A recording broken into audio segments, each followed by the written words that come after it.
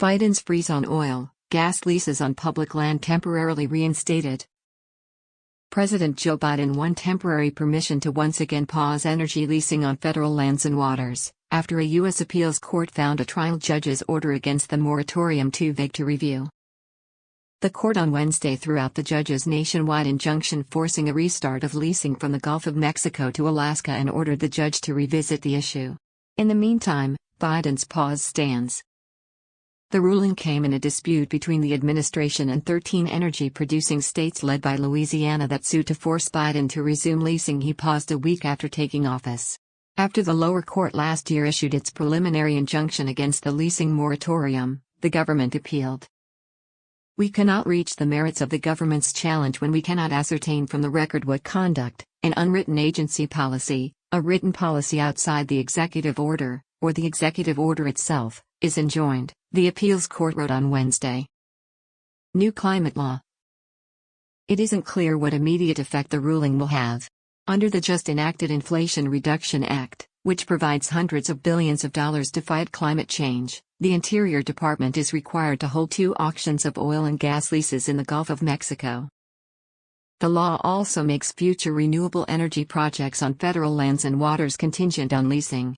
The government can issue new wind and solar rights only if it has recently sold new drilling rights too, a requirement designed to spur more fossil fuel leasing despite Biden's campaign pledge to stop permitting such projects on public lands. It's unfortunate we have to continue litigating policies by Biden that cause pain for American families, especially those crushing us at the pump, Louisiana Attorney General Jeff Landry said in an emailed statement. A spokeswoman for the Interior Department said it was reviewing the ruling.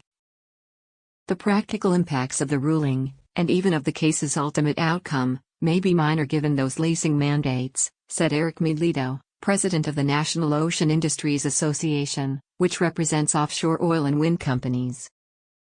Energy demand. Biden issued the moratorium so officials could examine the environmental impact of the leasing. Environmentalists have pressured the president to go further in reducing fossil fuel development on federal lands.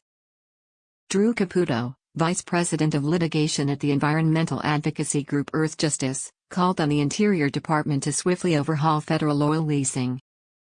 We are in a climate emergency and cannot afford any new leasing that will further entrench the fossil fuel industry's hold on our country's energy future, Caputo said. Rising energy demand and surging gasoline prices in an election year had prompted administration officials to urge oil companies to boost production from existing leases.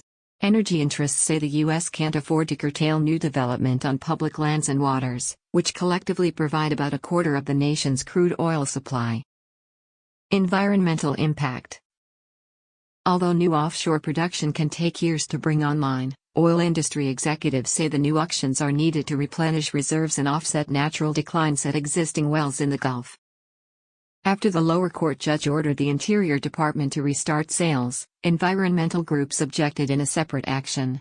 A Washington-based judge canceled the first of those auctions, for 1.7 million acres, 688,000 hectares, in the Gulf, after finding the government had underestimated the climate consequences. The 12 other states that sued the Biden administration are Alabama, Alaska, Arkansas, Georgia, Mississippi, Missouri, Montana, Nebraska, Oklahoma, Texas, Utah, and West Virginia.